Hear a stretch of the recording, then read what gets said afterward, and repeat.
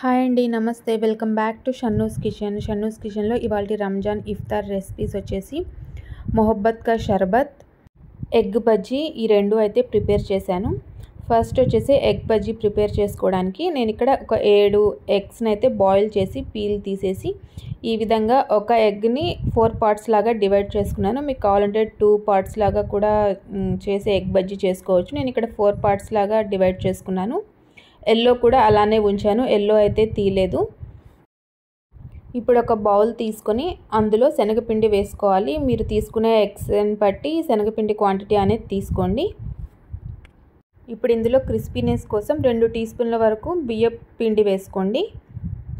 కొంచెం వాము వేసుకోండి. వాముని ఈ విధంగా క్రష్ చేసి వేసుకోండి. బజ్జీల్లో వాము ఫ్లేవర్ అనేది బాగుంటుంది. 1/2 టీ స్పూన్ జీరా పౌడర్ వేసుకోండి. 1/2 టీ స్పూన్ ధనియా పౌడర్ వేసుకోండి. మీ దగ్గర ఉంటే వేసుకోండి, లేకపోతే స్కిప్ చేసేయండి. కొంచెం పసుపు వేసుకోండి. రుచికి సరిపడా ఉప్పు వేసుకోండి. కారం వేసుకోండి. ఒక 1/2 టీ స్పూన్ వరకు వేసుకోండి, సరిపోతుంది. అల్లం వెల్లుల్లి పేస్ట్ వేసుకోండి. ఒక 1/2 టీ స్పూన్ చాలు. ఒక 1/2 టీ స్పూన్ వరకు బేకింగ్ సోడా వేసుకోండి. ఇప్పుడు వీటన్నిటిని బాగా మిక్స్ చేసుకోవాలి. ఇప్పుడు వీటన్నిటిని బాగా మిక్స్ చేసుకొని కొంచెం కొంచెంగా వాటర్ యాడ్ చేసుకుంటూ ఒక లిక్విడ్ డౌ ఫామ్ని అయితే ప్రిపేర్ చేసుకోండి.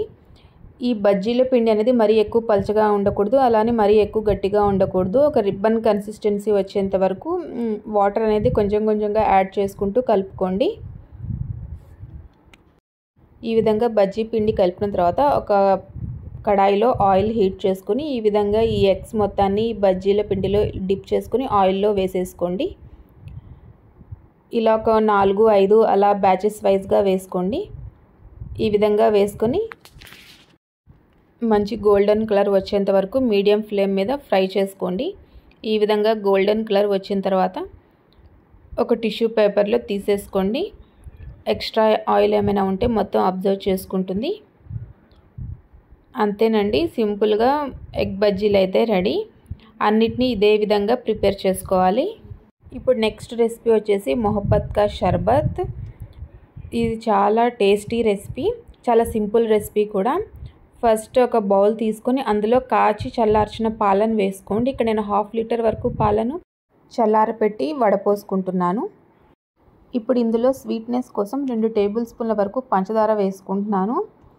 ఈ 2 టేబుల్ స్పూన్ల పంచదార నాకైతే సరిపోయింది. ఇప్పుడు ఇందులోనే రూఅఫ్జా వేసుకుంటున్నాను. ఒక 4-5 టేబుల్ స్పూన్ల వరకు అయితే రూఅఫ్జా వేసుకున్నాను.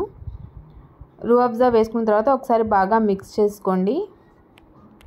రూఅఫ్జా వేసుకొని కలుపుకోవడం వల్ల పాలు అనేవి ఇలా పింక్గా అయిపోతాయి. ఇప్పుడు వచ్చేసి ఇవి పుచ్చకాయ ముక్కల్ని గింజలన్నీ తీసేసి ఈ విధంగా సన్న ముక్కలుగా కట్ చేసుకొని పెట్టుకున్నాను. ఈ పుచ్చకాయ ముక్కలు మొత్తాన్ని ఈ పాలల్లో వేసేసుకోవాలి. ఇప్పుడు ఇందులో 2 టేబుల్ స్పూన్ల వరకు సబ్జా గింజలు నానబెట్టి వేసుకుంటున్నాను. ఈ డ్రింక్లో సబ్జా గింజల ఫ్లేవర్ బాగుంటుంది, తప్పకుండా వేసుకోండి. అలాగే కొన్ని ఐస్ క్యూబ్స్ కూడా వేసుకుంటున్నాను. అప్పటికప్పుడు వెంటనే తాగాలి అంటే ఇలా ఐస్ క్యూబ్స్ వేసుకొని సర్వ్ చేసుకోవచ్చు. లేదు కొంచెం టైం ఉంది అనుకుంటే ఈ విధంగా రెడీ చేసుకుని ఫ్రిడ్జ్లో ఒక 1 అవర్ పాటు పెట్టుకొని చల్లగా మనం ఈ మొహబ్బత్ కా షర్బత్ని తాగొచ్చు. చాలా టేస్టీగా ఉంటుంది అండ్ చాలా సింపుల్ రెసిపీ కూడా.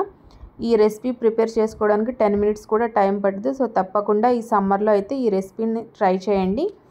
ఇవండి మా రంజాన్ ఇఫ్తార్ రెసిపీస్. ఈ రంజాన్ ఇఫ్తార్ రెసిపీస్ కనుక మీకు నచ్చినట్టయితే షన్నూస్ కిచెన్ని లైక్ చేయండి, షేర్ చేయండి అండ్ సబ్స్క్రైబ్ చేయండి. పక్కనే ఉన్న బెల్ ఐకాన్ని క్లిక్ చేయండి. నేను పెట్టే ప్రతి నోటిఫికేషన్ మీ దాకా వస్తుంది. Thank you for watching.